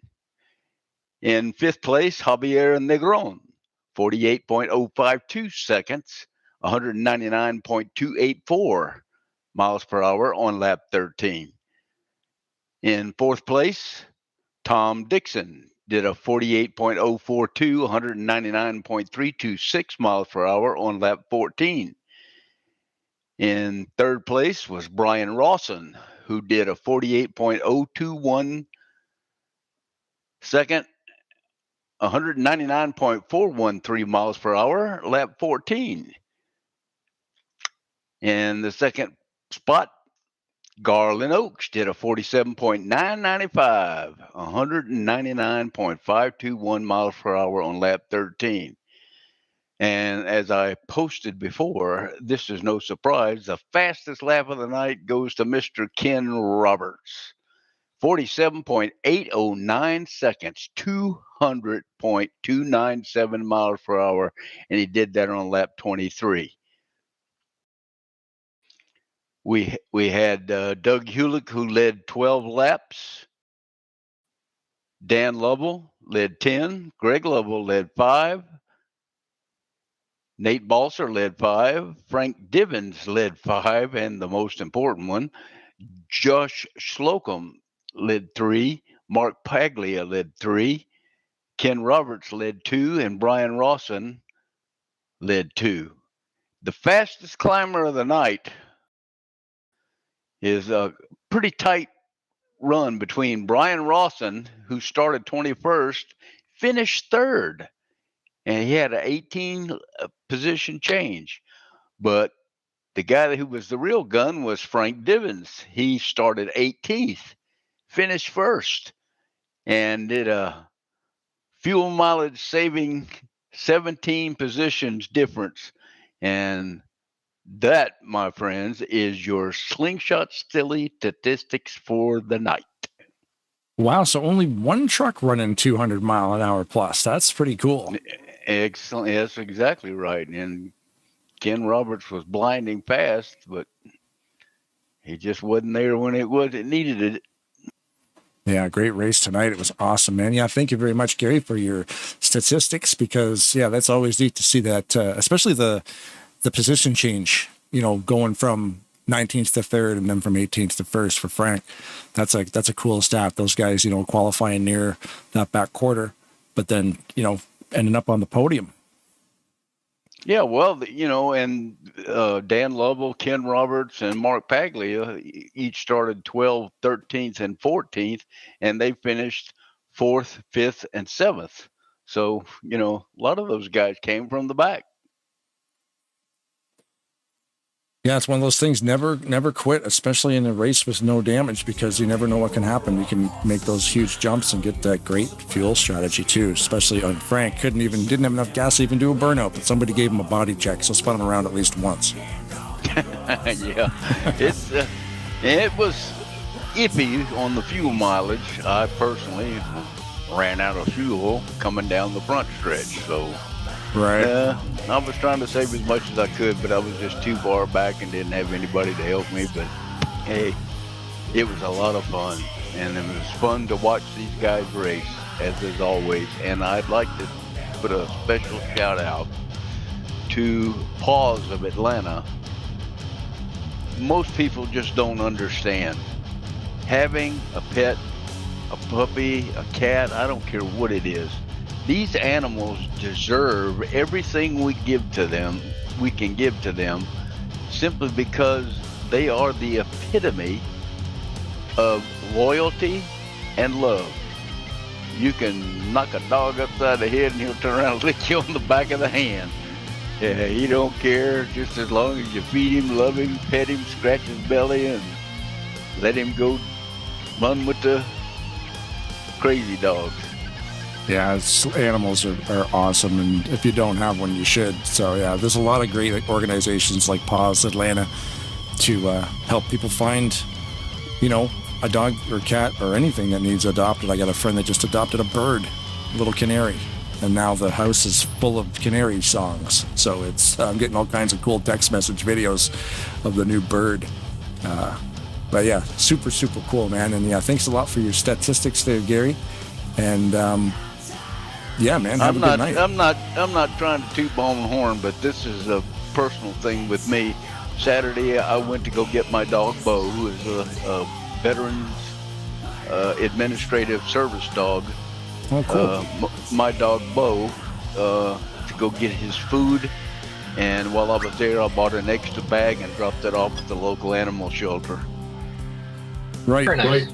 That's really a big help to a lot of those animal shelters that take care of those dogs, to be able to have food and assistance from anybody who can just, all you got to do is throw an extra bag of food in there and take it to them.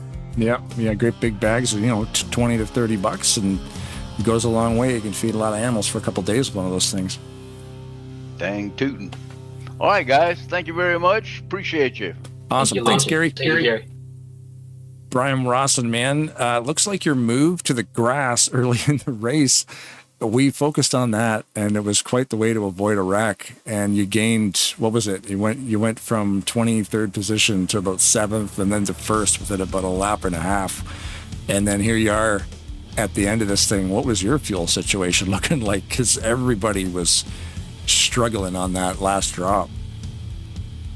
I've learned a lot with this Talladega style racing. When there's a wreck, you always go low, whether it's the grass or whatever. Because every time you stay in the middle, you stay high, you get caught up in it. But I got fairly fortunate on that. If we were racing with damage on, I would have got caught up. That's just my luck. But, first off, I want to say thanks to Jeff and Ken, everybody who runs all this stuff. Oh, we lost you, Brian. You still there? Yeah, you got me? Oh, there it goes. Yep. Yeah, I want to say thanks to Jeff and Ken and everybody who runs all this stuff and all the admins, because it's a lot of work, and a lot of people don't have time, and it's much appreciated, especially on my part. As far as the fuel mileage, I probably had a good lap, and man, I was just laying back because I just didn't know how much I was going to have. And oh, we lost you again. What's going on here? You still there, Brian? Yeah, you got me? Yep, there we are again. Yep. Yeah, but I'm just lucky racing with all these guys, man. I ran out going across the line, and I'm just thankful I had a good finish. Yeah, it was great. I mean, you missed a couple races this season. So, are we going to see you in these next 3 races? Are you still going to be able to make it out here and help these guys out? Yeah, man. I was doing good in the points, man. I had some stuff come up personal, and I had to take 4 or 5 weeks off from the deal. But I'm hoping I can finish the season out. I like racing with all these guys, and it's a lot of good fun, man. Yeah, it's awesome, man. Especially watching like that. That 6. I almost said car. That 6 truck was a staple on the broadcast tonight, especially after that move, through the grass, and then some different little pitch strategies and whatnot. You were up there the whole race, and led a couple laps, so you got all the points you needed, but and helped a bunch of people out too, which is always cool. Yeah, man, I'll tell you one thing about Talladega racing. You can be the best driver out there, but it all comes down to pits at the end of the day. You got to be good at it. You make one mistake and it's over with. So as long as you can get that all nailed down, man, you're good to go. Especially those green flag pits, because, here tonight we only had a couple of yellows. Maybe only one, actually. Yeah, we have 1 caution flag. So, pitting is massive at a super speedway, especially under green. Yeah, well, congratulations, Frank, on the win and everybody that ran, and thanks for everything y'all do, including the broadcasters, man. We appreciate that, brother. Yeah, man, it's a lot of fun to call these races, and thanks for coming out. Appreciate it, bub. Thanks, Brian. Have a good night. You too, sir. Greg Palmer, what's up, man? Greg, you got us? Taking a swig of my beer. Perfect. Yeah, I had the wife bring me a whiskey. It was pretty awesome. Right in the middle of broadcast. It was wicked. Ooh, you want to chase her? You probably, yeah, exactly. You probably heard me give her a fist bump when she was leaving. So that's awesome. Shout out to her because she brings me drinks while I'm broadcasting, and she lets me do it. Well, I married the wrong one. I do it anyway. Nobody lets me do anything. You know what I'm saying? Oh. 10-4. 10-4. Yeah, Oh! She's out of hearing now. You know that. It's exactly. late pit stop by you guys, which you, Marc, Paglia, Rosum, and yourself. You guys did a later pit stop than everybody else, and that seemed to pay off. Definitely. We saw the fuel mileage. We knew what the window was, and definitely top off. We knew it was going to be close. We were hoping for a yellow, but there wasn't one, so we were clutching and burping and whatever we could do, and it paid off. See, we thought you guys were good to go to the end, and then we saw people peeling off with about 5 laps to go, thinking, okay, our math was wrong because everybody's running out of fuel and hitting the pits for splashes and go. And these guys didn't top off, and I wasn't about to let anybody know what I was doing. It's not that it matters for me to win this race. I'm here to help my 2 buds, Ken Roberts and Marc Paglia. Marc got caught speeding on the last pit stop, so that he was out. And Ken, he had a pit, but I think he finished like 5th, I believe. You are correct. Yeah. And with Marc taking that chance, it's it's one of those things too where I just realized too I spelled Marc's name wrong on the broadcast. Sorry, Marc. M-A-R-C, like he's a French guy. But like you said, he's firmly in second place overall in points. So that is, he can take those chances and kind of see if they'll work. It's almost like a practice session at this point, right? 10-4, definitely. And Marc's correct spelling is with a C, not with a K. Is it a C? Okay. Oh, It maybe, let me see here. I am right. Jeff spelled it wrong, that rat bastard. Yeah, I never liked them. Yeah. Oh yeah, they called me Ron for quite a while. So. Oh, see, Or Rob. okay. So Marc with the C, I always thought that was a French way to spell, up here in Canada anyway, because we got Quebec. A lot of the Marcs, they spell their name with a C, eh? So I don't know. that's how they spell it, with that C. So that's strange. But yeah. Anyhow, names and how you spell them. Mm-hmm. Trying to figure out how many G's do you have in Greg? There's 3 G's. That's for good girth.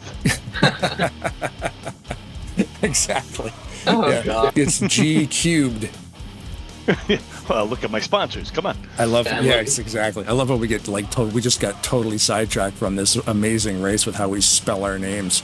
But Let me tell you, it really was fun. I mean, I love races like this. I love fewer mile races. It makes you use your head. You know, you have a plan. You have to have teammates, of course, you know, to make things work. This way, when you do top off, you have somebody to go back out with, to draft with. You don't want to leave yourself out in the open, waiting for somebody to blow right by you that you can't catch, you know? I'm wondering, too, with the yellow coming out so early and then never having another one, you're having to deal with like 2 or 3 green flag pit stops, and that really strings the field out and really makes for an awesome broadcast. Oh, without a doubt, especially if you make a mistake on pit road. I mean, I got caught up in somebody's. I was coming out of my pit stall. People were coming in. I got caught up with people. There was a wreck, and luckily I caught up somehow, some way, and later on, and I finished second. Yeah, that's the thing. I love it. It's sorry, I was just looking at all the YouTube chatter. Tons of YouTube chatter tonight. We didn't really get a lot of views, but we got a lot of people in the chat, which is really cool. But yeah, super fun race to watch. It comes down to these green flag strategies, and it paid off, man. So yeah, congratulations on the win. And yeah, if you want to do your shout out thing, you can have your way with the broadcast. Let her rip. Thanks, appreciate it. Well, congratulate Frank Divins on the win. That was a smart move he made. He caught up to a truck that was passing us on the few laps left, and he caught his draft. And congratulations on that one. Couldn't be here without Marc Paglia and Ken Roberts, man. We try to hook up, we try to make things work. Unfortunately, they finished in the top 10, but I was ahead of them. Nah. The admins, Greg, Jeff, Ken, Dan, everybody else, Tarnation, you guys, Rod and Blaine, and of course Rodney Sullins for always painting my fantastic trucks. That's it, guys. Have a good night. Once again, congratulations, Frank, and save me some champagne. Thank you. Thanks, Greg. Frank Divins, man, what a wild win. Not enough gas to do a burnout, but Greg Lovell helped you out, even though he was a lap down after serving a black flag. You were able to latch onto his draft and gain those, that extra precious, what it would be about 10 mile an hour by having a buddy up there. Well, I really didn't know how that was going to end. With like 3 to go, the others were talking about pitting. I knew me and Greg and Brian Ross were the last ones out of the pit road, last one to take a pit. And I'm showing one to the pad, so I just start clutching. Greg Palmer hears me clutching, so he starts clutching. So we just stayed in the back and kept clutching. And then these guys came out of nowhere, Balzer and them. And I heard Greg on the chatter on the private with the other boys saying he's good on fuel. So I saw him up there. So I went ahead and got a run on Palmer, shot up to the high line and got up behind them. And then when they all pitted, Greg stayed out. I said, Greg, stay right there. Yeah. Don't move.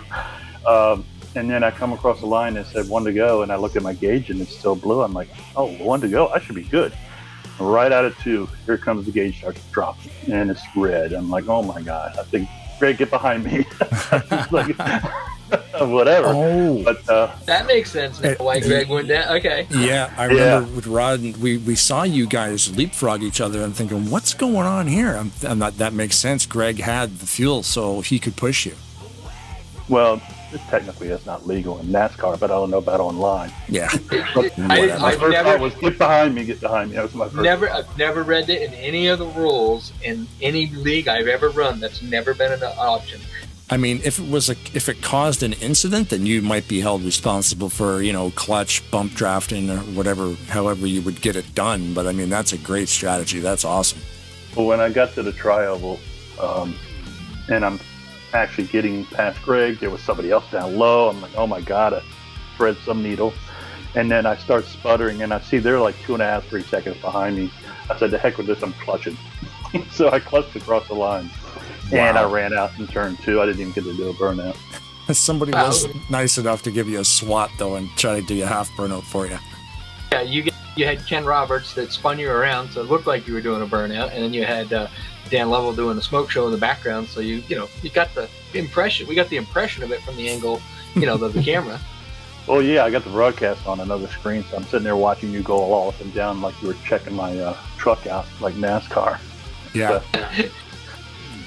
You made it past tech. Looking for illegal fenders and skirts and stuff, yeah. Yeah, as long as they don't go with that big Ford motor in there. As long as they don't check the length and the size of the fuel line, you're all set, right? Yeah, really. I wasn't sure, but I've won clutch races before, but we only had 13 laps, and I didn't know if that was going to be enough. Yeah, I mean, is that about what you got to do on fuel? Is about 13 laps? Yeah, 13 on the X3X. Yeah. Right. Yeah, we always say the window opens at 12 because some guys will go earlier, and then it gets pretty iffy after that 13th. You're cutting it really, really close. And I just noticed too. I'm looking at the stats. That's your first win this season. You've made every single race, and the last one before the playoffs, you're going to win it. And I mean, currently coming into this race, you're in 6th, but obviously this win will put you up the charts there for sure. And headed into the 3 rounds of knockout playoffs. Yeah, that's actually my first points win here since coming here, and I've won 4 or 5 fun runs, but I wanted a points win. Couldn't have picked a better time. Race number 9, of course. Yep. Oh, absolutely! Look at that. Yeah, truck number 9, race number 9. It's in the stars. I was worried about falling out. I was dead last Friday night, but luckily I was high enough in the points to stay in. And then being 6th, I think tonight, it was like 60-some points. I'm like, I was hoping I'd stay in. Yeah. I think you were probably going to be okay where you were, even if you did get some bad luck. You would have been in there because a couple guys couldn't make it this evening. But yeah, man, great show, and congratulations on the win. Take them any way I can get them. Right on. Do you have any shout-outs you want to toss down before we wrap this thing up? Shout out to Jeffrey. I know he's on his way out, shutting everything down. I wish I'd only been here 2.5 years ago. Mm-hmm. But also Ken and what he does. The race last night was awesome. Needed a little tweaking. Other than that, all the other guys that Greg Lovell and Danny dragging me back into racing after a 3-year hiatus. And outside of that, no. Just to the PAWS of Atlanta and Marc Paglia sponsoring the race. Definitely a good cause. Outside of that, just glad to finally get a points win. Yeah, in glorious fashion too, man. But congratulations on the win, and hopefully we'll see you here next Sunday for the first round of the playoffs. Well, if I ever want to see one of my paint schemes in Grestier Lane, I guess it's better just to do it yourself. That's the way to do it. Awesome, Frank. Thanks a lot, man, and congratulations. Have a good night. All right, thanks. Congrats, buddy. Well, there you go. Congratulations, Frank Divens. What a wild race. That was fantastic watching guys. And I'm like, hey, the checkered flag's up, but there's only one truck. And he won by 3.5 seconds. That was beauty. It was nice of Greg to help him out there at the end of it too. Yeah. Of course, we were definitely a little confused that when Greg kind of pulled over, and I was like, wait a minute, what? You know, he's gonna be on the lead lap if he stays in front of him. But now we know why that he did that. Helped him out, got him to the line. Yep, a couple extra bump drafts, and definitely comes in handy if you can clutch a little more when you got a guy pushing you. But yeah, thanks again. Obviously, go out to Talladega Nights to Jeffrey Elliott and running this thing with all his administrative staff. Of course, Marc Paglia. I did spell your name right. I panicked there for a second. So it's and PAWSAtlanta.org. Definitely get in there to take a look at that. No Kill Shelter, super cool sponsorship. Thanks again, Marc. That's the second race he's sponsored this season of the iPE Excellence Series to get these broadcasts in order and customized, and very, very fun way to do it. So thanks, Marc. And yeah, don't forget, next Saturday, April 13th, the Elmo 200's coming up. Links below if you want to get on that thing. There is already a link that has been created, and that will be in the description underneath this video. So you can click that and get notified when we go live in the evening of April 13th. Huge fundraising event for ALS in association with them, and of course, Joey Elmo Saint Amant. That whole event was constructed and put together and organized by Kelly Causey in the 00. So super, super cool. And I think right about now they're going to have a meeting, so I should probably shut this down and go talk to those guys. But yeah, Rod, last words. It was a great race. That kind of tricked us a little bit there on the fuel mileage. We weren't really sure where they were. We know a little bit more now, so we're a little more prepared next week.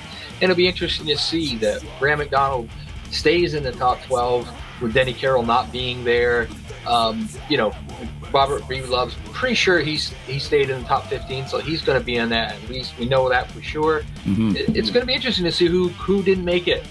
We'd love to sit there and tell you who did, who didn't. We won't know until they tally up the points and then we get a chance to look at it. Yep, results are always unofficial because the administrators will all be peeling through that replay. And there was only one yellow, so it shouldn't be too tough, but they still have to do it. That's why we say unofficial results. So tune in next Sunday to find out what's going on, and we hope to see the last 3 races. The next 3 Sundays are booked, and hopefully you join us here and see how it all shakes down. But yeah, thanks, Rod. And thank you, everybody who watches on YouTube, of course. Thanks to all the drivers and everybody else. We'll see you next week for 2 more races, Saturday and Sunday, right here at Tarnation TV. If the women don't find you handsome, they should at least find you handy. Keep your stick on the ice.